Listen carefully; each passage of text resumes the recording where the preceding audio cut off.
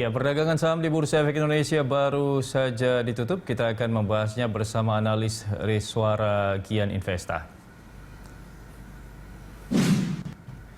IHSG akhir pekan ditutup menguat 1% ke level 6.591. Dan untuk membahas prospek IHSG dan rekomendasi pekan depan, kita telah bersama Kiswoyo Adijo, Head of Investment Riswara Kian Investa.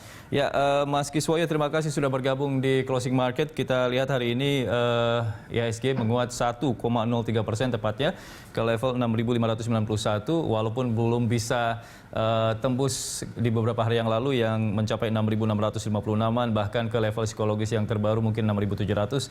Tapi paling tidak hari ini IHSG kita cukup membaik, menguat 1,03%. Dari analisa Anda, kira-kira sentimen apa yang mempengaruhi kinerja IHSG secara teknikal dan juga fundamental? Sebetulnya IHSG ini kan level psikologis 6.500. Jadi kalau jebol di bawah 6.500 ini berisiko untuk turun lagi. Bahkan penurunannya mungkin adalah menuju target minor ya. Kalau kita boleh sedikit saya share gambarnya. Untuk indeks itu adalah di sini. Jadi ini target pertama kita adalah kalau tembus di bawah 6507 akan menuju ke 6395. Terus setelah itu 6260 dan terakhir 6180. Tapi harusnya mungkin minimal 6350 lah. Atau 6250. Itu adalah target koreksi IHSG. Karena bagaimanapun juga akan ada IPO besar, lebih besar daripada Bukalapak, yaitu Arbitrum Mitratel, anak usahanya Telkom, bidang menara BTS, dan itu akan menjadi menara BTS terbesar di Indonesia. Jumlah menaranya lebih besar daripada TOWR. Sehingga saya lihat itu fund manager sama seperti dulu IPO Bukalapak, mereka sudah mulai profit taking sebagian dari portofolio mereka yang saham-saham untuk persiapan masuk ke IPO-nya Mitratel. Sehingga nanti kalau level 6.500 ini jebol, harusnya dia akan cukup kencang lari turun ke bawah. Sehingga itu hal yang wajar. Jadi nanti kelak kita nggak usah takut lagi lah, kurang lebih seperti itu. Ya, kalau untuk sentimen global kondisi sendiri, marketnya. Kalau sentimen global sendiri seperti apa? Karena mengingat bahwa The Fed akan mengeluarkan pengumuman suku bunganya pekan depan, kemudian juga di China sedang ada beberapa daerah yang di lockdown begitu. Apakah ini juga akan mempengaruhi kinerja IHSG kita? Kalau The Fed itu sudah diprediksi memang istilahnya kita semua market sudah plastik, kita sudah siap. Mungkin The Fed kenaikan suku bunga nggak akan langsung dalam waktu singkat. Jadi kenaikan suku bunga kalau sudah dinaikin, prosesnya adalah mengurangi dulu cetak duitnya. Jadi cetak duit dikurangi dulu sampai berhenti tidak cetak duit lagi, baru suku bunga dinaikkan. Jadi prosesnya itu masih lama. Jadi mungkin tahun depan juga belum tentu suku bunga naik. Yang ditunggu adalah apakah bulan depan itu minggu depan, November ini, apakah mereka akan mengurangi cetak duit untuk pembelian obligasi dulu. Itu kan dapat rencananya adalah bulan November. Tapi kan ini melihat inflasinya sudah mulai cukup turun ya, jadi kenaikan harga barang. Terus juga pertumbuhan ekonomi sudah mulai turun, apalagi corona juga ternyata di Amerika belum mereda juga. Ini saya memang lagi ditunggu-tunggu nih, awal bulan ini The Fed bagaimana nih, apakah mengurangi cetak duit dulu nih. Jadi nggak mengurangi cetak duit, selama ini mereka cetak duit untuk pembelian obligasi swasta itu sebulan sekali itu 120 miliar US dollar. Mungkin rencananya akan dikurangi jadi 100 miliar, terus bulan depannya baru dikurangi jadi 80 miliar, kan begitu secara bertahap lah, atau dikurangi 10 miliar, nanti yang lagi ditunggu. Tapi apapun keputusan The Fed, market sudah siap, gitu. Karena ini hanya mengurangi cetak duit, bukan berhenti total, bukan menaikkan suku bunga, itu masih panjang, gitu loh, ceritanya masih panjang. Iya. Ya, bagaimana dengan beberapa daerah yang diberlakukan lockdown oleh pemerintah China atau Tiongkok? Ini apakah akan berpengaruh juga dengan emiten-emiten yang ada di IHSG? Sebetulnya nggak ada pengaruhnya, karena itu lockdown-nya kalau di sana cepat ya. Jadi sana memang lockdown-nya lebih galak daripada di sini, benar-benar kunci total. Tapi seperti itu dalam waktu seminggu 2 minggu beres, langsung dibuka lagi. Jadi saya lihat itu efektif banget lah untuk kita.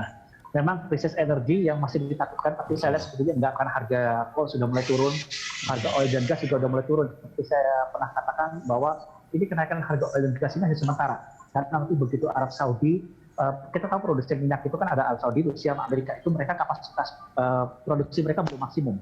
Jadi begitu mereka buka keran dalam waktu 1 bulan itu, nanti market banjir pemasokan, otomatis harganya turun. Harga coal juga sama, maksa itu turun juga. Sehingga kalau dibilang krisis energi sudah mulai tidak ada lagi namanya krisis energi ya, karena pasokan sudah melimpah, harga mungkin akan mulai turun juga. Sehingga musim dingin tidak akan ada namanya gejolak harga energi lagi.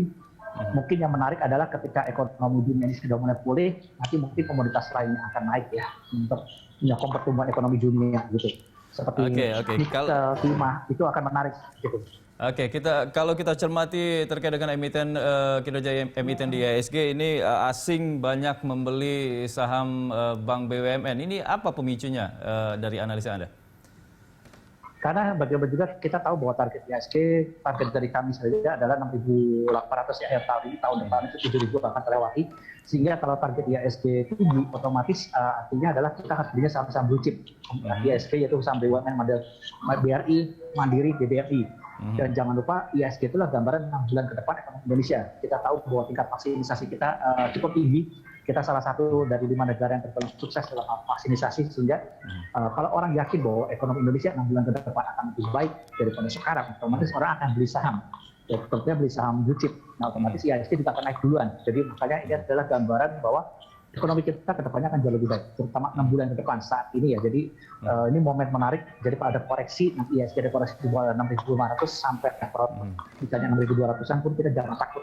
Kita harus beli saham-saham blue chip penggerak IHSG seperti BCA, BRI, terus ada Mandiri, BBNI, juga ada Telkom dan Astra. Karena nanti tahun depan kinerja mereka akan jauh lebih baik. Kinerja tahun ini juga harusnya lebih baik daripada tahun sebelumnya.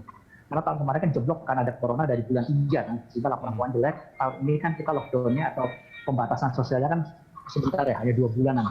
Sehingga harusnya kinerja tahun ini lebih baik daripada tahun kemarin. Itu kuartal 3 sudah keluar dan hasilnya lebih baik semua. Kayak Astra itu penjualan mobil kuartal 3, 9 bulan tahun ini saja sudah melebihi dari 1 tahun kemarin kan. Ya, artinya tahun ini akan menjadi lebih baik dan tahun depan akan jauh lebih baik lagi daripada tahun ini. Dengan catatan semoga corona berakhir, gelombang ketiga mungkin akan muncul di awal tahun depan, artinya tidak akan setinggi gelombang kedua di tahun ini. Harusnya seperti itu dengan tingkat vaksinasi yang sudah lebih tinggi. Semoga masyarakat juga menerapkan 3M, ya harapan kita seperti itu sudah.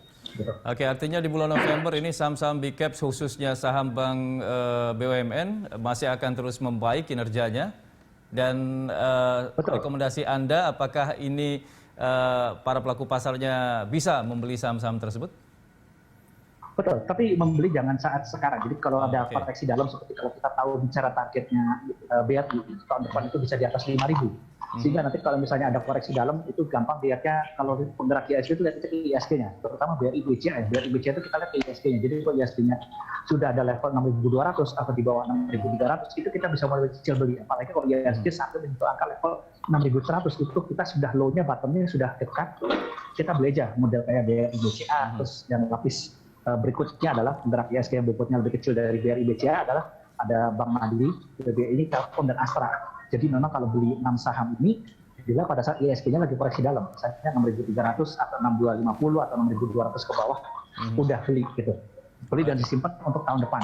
Karena kalau tahun depan, akhir tahun itu bisa IHSG 6.800, harusnya 6 saham itu akan naik juga untuk mengimbangi kenaikan IHSG gitu. Oke, bagaimana dengan saham-saham komoditas energi? Mengingat di negara luar seperti Tiongkok dan juga Inggris ini masih mengalami krisis energi, begitu apakah ini juga patut dicermati dan juga dikoleksi? Enggak, saya malah bilang saham energi itu modal kayak oil dan gas core itu adalah rawan profit taking karena kenaikan harga sudah mulai terbatas. Kecenderungannya untuk turun karena pasokan energi nanti akan melimpah. Ya tadi seperti saya cerita bahwa batu bara itu nanti akan ada pasokan banyak juga dari Amerika. Jangan lupa Amerika juga adalah produsen batu bara terbesar di dunia. Cuman dia nggak pernah dipakai keluar, dipakai sendiri. Tiongkok memang lagi ada urusan politik dengan Australia sehingga tidak mau ngadu batu bara dari Australia, tapi pasokan dari Indonesia sudah ditambah. Rusia juga diminta untuk mengirim pasokan batu bara mereka. Amerika juga rencana akan dibeli oleh Tiongkok. Jadi Tiongkok mungkin lebih suka membeli dari Amerika daripada dari Australia. Terus juga jangan lupa ada oil dan gas. Harga oil dan gas itu pasokannya ada dari 3 negara besar, Arab Saudi, Rusia, dan Amerika. Dan itu mereka belum maksimal kapasitas produksi mereka. Seharusnya bulan depan, bulan November, kapasitas mereka sudah maksimal semua. Pasokannya akan banjir sehingga harga oil dan gas turun, otomatis harga batu bara juga turun. Yang menarik yang tadi saya bilang di awal bahwa komoditas model nikel dan timah, jangan lupa harga timah dan nikel itu sudah naik sangat tinggi, tapi harga sahamnya Inco dan INS itu masih rendah. Jadi kalau kita tahu harga coal, harga komoditi coal itu sudah naik tinggi, harga sahamnya sudah naik tinggi juga, tapi harga timah dan nikel yang sudah naik tinggi tapi tidak diikuti oleh kenaikan harga saham. Sehingga saya lihat ini peluangnya bagus dan terbuktikan laporan keuangan Inco yang sudah buat bagus banget laporan keuangannya, padahal mereka ada penurunan produksi, tapi net profit mereka naik. Karena memang kenaikan harga komoditas nikel itu masih akan terjaga sampai akhir tahun, saya lihat termasuk timah juga. Oke, baik. Secara garis besar ini apa saran investasi Anda khususnya bagi investor retail ini? belilah saham-saham blue chip atau saham-saham yang bobotnya besar kalau komoditas mungkin masuknya adalah ke arah nikel. Jadi nikel atau timah. Jadi kalau kita lihat saya share ini saham mungkin kalau itu timah ya. Timah ini jangan lupa pasokan timah dunia ini disokong oleh PT Tins saat ini. Dan ini kan kelihatan bahwa grafik harga saat ini masih rendah di sini. Jadi kalau kita lihat harga komoditinya itu sudah lebih tinggi dari harga di sini. Harga dari Januari dan Februari tahun 2001. Tapi harga sahamnya kan masih di bawah. Harusnya dia target-targetnya ya ke arah ini dulu yang terdekat di sini. 1920 lalu ke arah 2000. Ya minimal 2000 lah akhir tahun bisa. Ya syukur-syukur kalau bisa menyamai area 2500. Jadi harga komoditas timahnya sudah lebih tinggi dari sini. Tapi harga sahamnya masih di sini. Harusnya kan kalau kayak coal lebih nyamain dari harga grafiknya. Ya minimal 2000 harusnya bisa untuk timah. Terus kalau untuk Inco bahkan untuk Vale ini kaitannya adalah nikel. Sama harga nikel dunia itu sudah lebih tinggi dari sini grafik harga nikel ya, komoditi nikelnya, tapi ini grafik harga saham Inco-nya masih di bawah. Jadi targetnya 53, lalu setelah itu ke 5530, lalu setelah 58 ya minimal 6.200 bisa lah, 6.000 lah ya, syukur-syukur dia bisa naik terus menyamai ke harga awal tahun ya sampai 7.000-an, tapi 6.200 harusnya bisa sih untuk akhir tahun ini gitu. Ini dari grafik harga kan kelihatan bahwa harga komoditi lebih tinggi dari sini, tapi grafik harganya masih di bawah. Betul.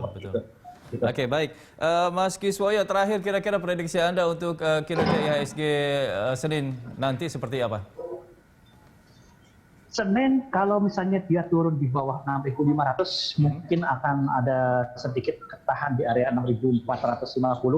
Atasnya mungkin hanya sampai 6.650 atau 6.600. Jadi kalau kita berharap naik lebih tinggi lagi kayaknya enggak, karena jangan lupa bahwa ini akan ada IPO Mitratel di akhir bulan November, akhir bulan depan. Itu lebih besar, 26 triliun rupiah.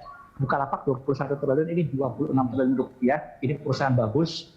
Jangan lupa juga sudah ada anchor-nya atau pembeli besar yang tidak akan menjual, yaitu GIC Singapura dan dari dana dari Timur Tengah Abu Dhabi. Itu mereka memang sengaja sudah mau masuk, jadi artinya nanti akan rebutan, sehingga fund manager itu pasti mengalokasikan dana cukup besar. Jadi kita contoh Bukalapak, sebelum Bukalapak IPO, mereka pada profit taking ya, jual-jualin saham itu nanti ke Bukalapak. Nah apalagi ini ternyata jauh lebih baik gitu kan. BUMN pula, apalagi sudah ada pembeli siaganya dalam jumlah besar, sehingga rebutan ya otomatis mungkin akan ada koreksi, IHSG akan koreksi cukup dalam, mungkin bisa sampai 6.200, hal yang wajar dan jangan takut membeli, karena nanti setelah mereka IPO-nya, Mitratel IPO, dan mereka tidak dapat, ya duitnya akan balik lagi, beli saham-saham lainnya lagi gitu. Karena kan sekarang kalau mau ngantri beli saham Mitratel, IPO Mitratel harus pakai uang cash. Kita kadang ngantri 100 miliar belum dikasih semua, mungkin hanya dikasih 10 miliar, 20 miliar, sisanya kan balik lagi sih nanti gitu. Oke, baik. Mas Kiswoyo Adijo, terima kasih banyak sudah memberikan analisanya di Closing Market. Selamat kembali beraktivitas. Terima kasih Mas Adi.